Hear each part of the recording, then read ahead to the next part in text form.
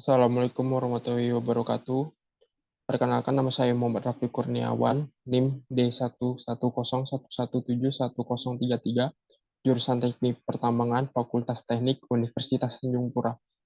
Di sini saya akan mempresentasikan seminar proposal saya yang berjudul Perhitungan Sumber Daya Emas menggunakan metode Inverse Distance Weighting atau IDW pada wilayah usulan pertambangan rakyat di Desa Sungai Melayu, Kecamatan Sungai Melayu Raya, Kabupaten Ketapang, Kalimantan Barat.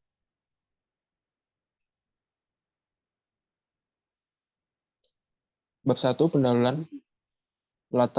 Yang melatar belakangi dari proposal saya adalah satu, pada Kecamatan Sungai Melayu Raya yang berada pada 3 kawasan desa yang meliputi Desa Sungai Melayu, Desa Sungai Besar, dan Desa Pematang Gadung. Masyarakat setempat secara kecil-kecilan atau secara gotong royong dengan alat sederhana melakukan penambangan pada wilayah tersebut tanpa mengetahui jumlah estimasi sumber daya emas yang dimiliki pada wilayah tersebut dan tidak memiliki batasan penambangan. Dua, meninjau dari undang-undang dalam penambangan untuk mengestimasikan volume dari endapan mineral, diperlukan eksplorasi untuk mengetahui potensi dan sebaran sumber daya. Perhitungan sumber daya dapat memberikan gambaran taksiran kuantitas dari suatu sumber daya. Dalam hal ini adalah emas yang merupakan komoditas di kawasan Desa Sungai Melayu dengan luas desa mencapai 3.500 hektar.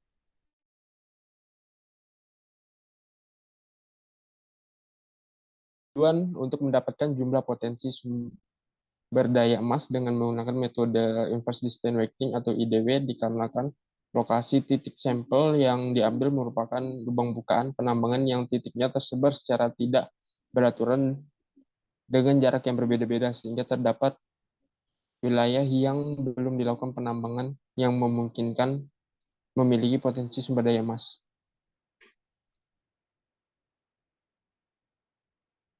Perumusan masalah dari proposal saya berdasarkan penjelasan latar belakang, maka peneliti mengangkat rumusan masalah sebagai berikut. Satu, berapa luas sebaran sumber daya emas pada lokasi penelitian. Dua, berapa volume sumber daya emas pada lokasi penelitian. Kemudian tujuan dari penelitian ini pertama, mengetahui sebaran endapan emas pada lokasi wilayah usulan penambangan rakyat.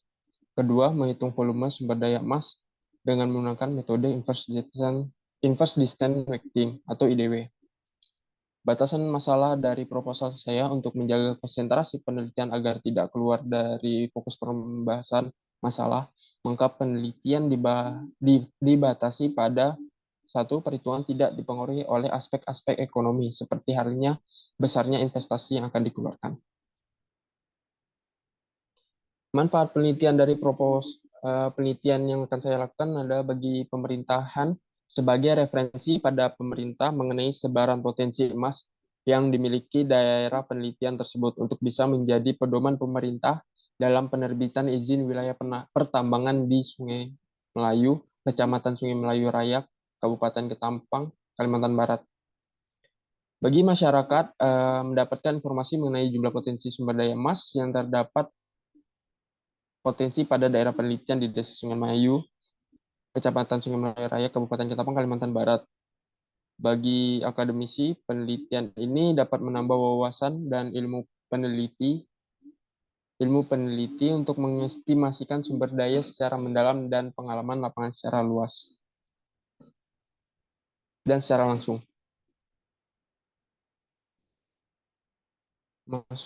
Bab 2, tinjauan pustaka. Wilayah penelitian, lokasi daerah penelitian berada pada Desa Sungai Melayu Raya yang merupakan salah satu dari 11 desa yang terletak di Kecamatan Sungai Melayu Raya, Kabupaten Ketapang, Provinsi Kalimantan Barat. Dengan letak geografis yang berada pada 1 derajat 53 menit 54 detik bujur timur atau BT dan 110 derajat 22 menit 27 detik lintang selatan atau LS. Dengan memiliki luas daerah mencapai 3.500 hektar, yang berjarak kira-kira kurang lebih 600 km ke arah selatan dari Pontianak yang dapat ditempuh dengan 3 jalur, yaitu jalur darat, jalur air, dan jalur udara. Berikut adalah peta lokasi kesampaian.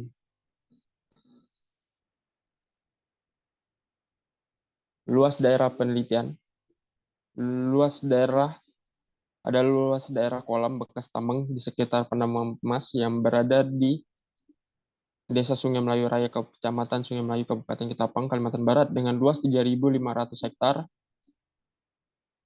yang luasan kemudian luasan wilayah penelitian berdasarkan lokasi tersebut sebesar kurang lebih 1.683,168 hektar. Berikut adalah koordinat lokasi penelitian saya.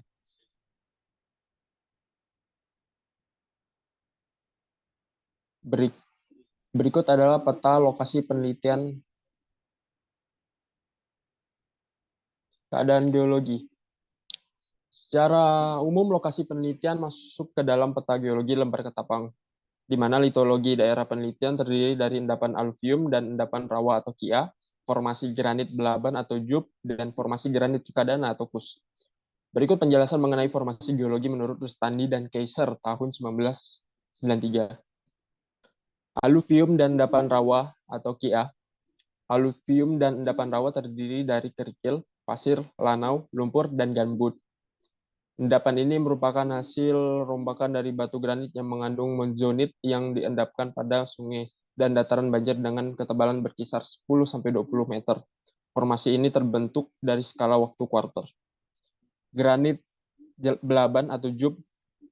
Formasi granit belaban terdiri monzonit kuarsa dan monzodiorit kuarsa dengan hornblende dan biotit terubah dengan warna kelabu tua, dan terhadap xenolit yang memiliki bentuk membulat dan berasal dari batuan sedimen.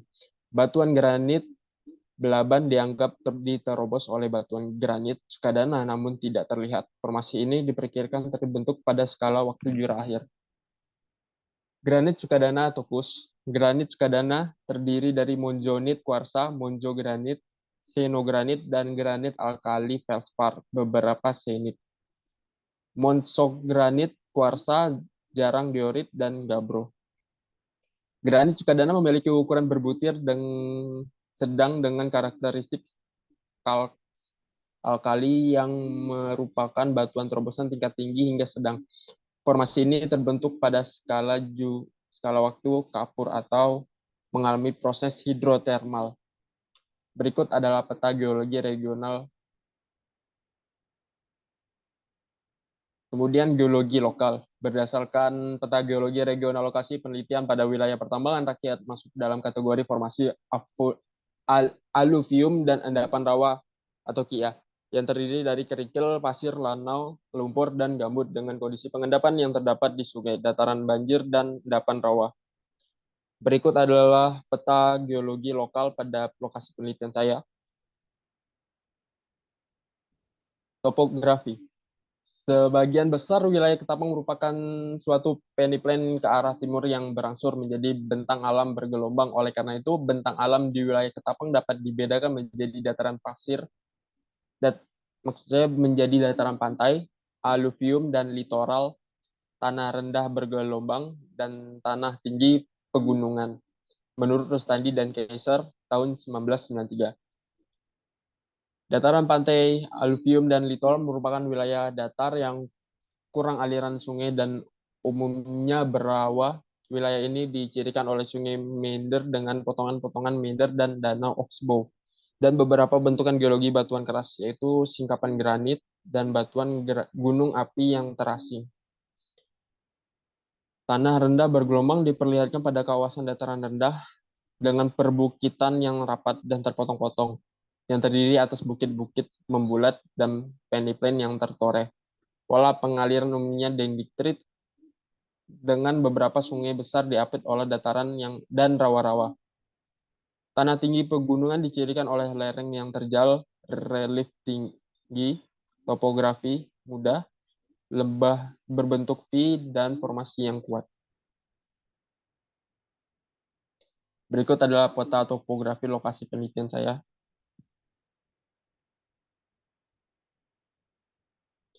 Ganesha mineral emas. Emas adalah jenis logam yang mempunyai banyak nilai tambah daripada logam-logam lain. Apalagi jika dilihat dari segi ekonomi, emas mempunyai nilai ekonomi yang sangat tinggi dan berkualitas. Emas adalah unsur kimia dalam tabel periodik yang memiliki simbol AU dan nomor atom 79. Pembentukan mineral emas berhubungan dengan naiknya larutan sisa magma ke atas permukaan yang dikenal sebagai dengan istilah larutan hidrotermal. Endapan emas epithermal merupakan endapan hidrotermal yang terbentuk pada temperatur rendah 500 sampai 300 derajat Celcius pada kedalaman antara 0 sampai 1000 meter menurut Heidenquist 1985. Emas terbentuk dari proses magmatisme atau pengonsentrasian di permukaan. Beberapa endapan terbentuk karena proses metasomatisme, kontak, dan larutan hidrotermal. Sedangkan pengkonsentrasian secara mekanis menghasilkan endapan letakan atau placer. Jenis emas dikategorikan menjadi dua, yaitu endapan primer yang merupakan emas yang masih menempel pada batuan atau sedimentasi. Kemudian ada endapan placer yang merupakan hasil dari faktor luar yang mengakibatkan endapan primer terkikis, terbawa aliran sungai, dan mengalami pengendapan pada lekukan-lekukan sungai.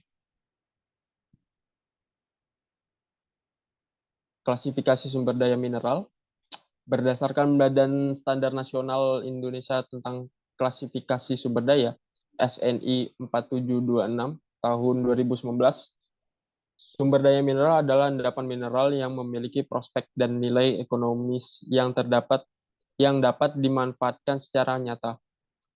Klasifikasi sumber daya mineral meliputi sumber daya mineral tereka, merupakan sumber daya mineral total di mana kuantitas dan kualitas sekadarnya diestimasi berdasarkan bukti-bukti geologi dan pengambilan contoh yang terbatas. Kemudian sumber daya mineral tertunjuk merupakan bagian dari sumber daya mineral total yang diestimasikan meliputi karakteristik mineral dan konsentrat atau kadar dengan tingkat kepercayaan beralasan dan keyakinan geologi medium. Namun tidak cukup membuktikan kemenerusan endapan mineral. Kemudian sumber daya mineral terukur yang merupakan bagian dari sumber daya mineral total yang diestimasi meliputi karakteristik mineral dan konsentrat atau kadar dengan tingkat kepercayaan tinggi dan keyakinan geologi tinggi. Cukup membuktikan kemenerusan endapan mineral. Metode perhitungan sumber daya. Yang pertama itu ada metode area of influence, ya metode luas daerah pengaruh atau area of influence merupakan metode yang menentukan batasan-batas luas daerah pengaruh yang ditemukan dari lokasi titik pengeboran yang mencakup setengah lubang yang berdekatan di sekelilingnya, di mana penyebaran endapan bahan galian dianggap relatif sama dengan lokasi titik pengeboran. Kemudian ada metode inverse distance weighting. Metode inverse distance weighting atau IDW merupakan metode yang didasarkan pada titik dan tidak bergantung pada ukuran blok atau luasan daerah, serta hanya memperhatikan jarak dan belum memperhatikan efek pengelompokan data, sehingga data dengan jarak yang sama namun mempunyai pola sebaran yang berbeda masih akan memberikan hasil yang sama menurut Mustika dan kawan-kawan tahun 2015. Selanjutnya ada metode cross section. Prinsip dari metode penampang cross section adalah pembuatan sayatan pada badan endapan mineral, kemudian dihitung luas masing-masing endapan mineral, dan untuk menentukan volume dengan menggunakan jarak antar sayatan. Berikut metode perhitungan sumber daya. Jadi metode yang saya gunakan di sini adalah metode inverse distance weighting, dilakukan dengan pembobotan yang ada pada umumnya didasarkan pada yang pertama letak grid atau blok yang akan ditaksir terhadap letak data sampel. Kedua, kecenderungan penyebaran kualitas data. Tiga, orientasi setiap sampel yang menunjukkan hubungan letak ruang antar sampel. Empat, untuk mendapatkan efek pemerataan data dilakukan faktor pangkat.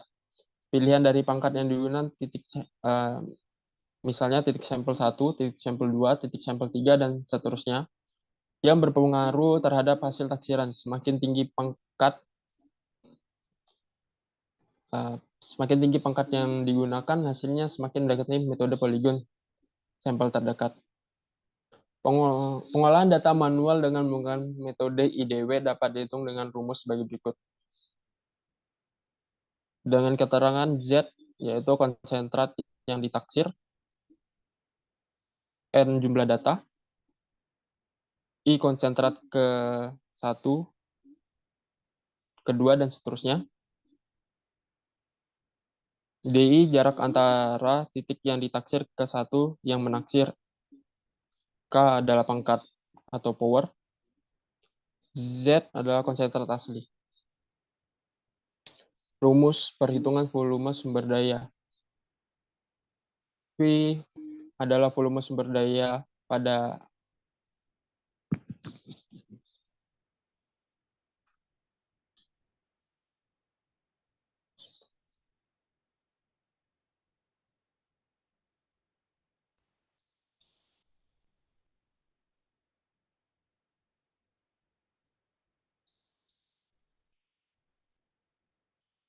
rumus perhitungan volume sumber daya V sama dengan A kali T.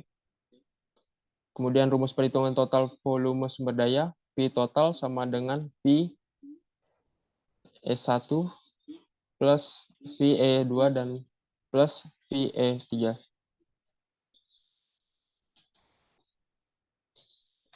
Bab 3, metode penelitian.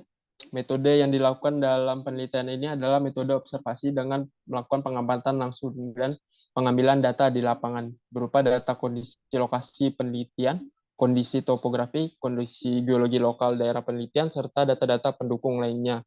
Dengan luas wilayah penelitian sebesar 1.683,168 hektar. Alat penelitian yang saya gunakan pertama adalah meteran 50 meter, GPS Garmin, handbor, penning, timbangan digital SF400. Kemudian ada program yang saya gunakan adalah QGIS versi 3,18, AutoCAD 2007, Global Mapper tahun 2017. Pengambilan data primer saya yang pertama adalah titik koordinat lubang bukaan, kedua ketebalan endapan ore pada lubang bukaan, 3 data konsentrat hasil pendulangan, 4 data elevasi di sekitar lubang bukaan, kemudian data sekunder yang pertama adalah lokasi dan kesampaian daerah menggunakan GPS, kedua kondisi geologi dengan peta geologi lembar ketapang, 3 kondisi topografi menggunakan DEM ketapang. Pengolahan data. Sebaran endapan mineral emas. Yang pertama adalah pembuatan data titik-titik koordinat lokasi pengamatan. 2. Pembuatan rencana titik pengamatan. 3. Pengambilan data ketebalan lapisan. 4. Data konsentrat mineral emas. Perhitungan volume sumber daya emas. Yang pertama adalah perhitungan ketebalan endapan pasir dan titik pengamatan. Kedua, perhitungan konsentrat emas. 3. Pengukuran luas masing-masing titik pengamatan. 4. Perhitungan sumber daya emas terhadap titik tidak tersampel. 5. Perhitungan luasan area prospek dan area tidak prospek. 6. Perhitungan volume sumber daya pada area daratan. 7. Perhitungan konsentrat emas. 8. Estimasi sumber daya emas. Analisis data. Analisis data bertujuan untuk memperoleh kesimpulan sementara. Analisis data yang dilakukan antara lain. Yang pertama adalah analisis keadaan lokasi atau situasi lokasi penelitian. Kedua, analisis data elevasi pada lokasi penelitian. 3. Analisis data mengenai rencana titik pengamatan ditentukan melalui software QGIS 3,18 terlebih dahulu. Analisis data mengenai sebaran endapan mineral emas pada lokasi penelitian. Analisis data mengenai kuantitas mineral emas dengan melakukan pendulangan untuk mengetahui konsentrat mineral emas. Analisis data mengenai ketebalan endapan mineral emas serta batasan keberadaan mineral emas. 7. Analisis data mengenai konsentrasi pada daerah titik yang tidak tersampel didapatkan dari metode inverse distance weighting pada lokasi penelitian sehingga dapat diperkirakan nilai volume sumber daya mineral emas. Berikut adalah rencana titik pengamatan lokasi penelitian saya, yang mana titik pengamatan ini berjumlah sekitar 17, yang alasannya karena lubang bukaan yang bisa diamati yaitu pada lapisannya, kemudian lubang tambang yang tidak aktif, kemudian ada lubang bukaan yang aktif, yang mana dari 17 lubang ini ya kemungkinan ada perubahan saat di lapangan dan saat analisis data yang saya lakukan. Berikut adalah diagram alir penelitian saya. Terima kasih, sehat selalu, dan salam tambang.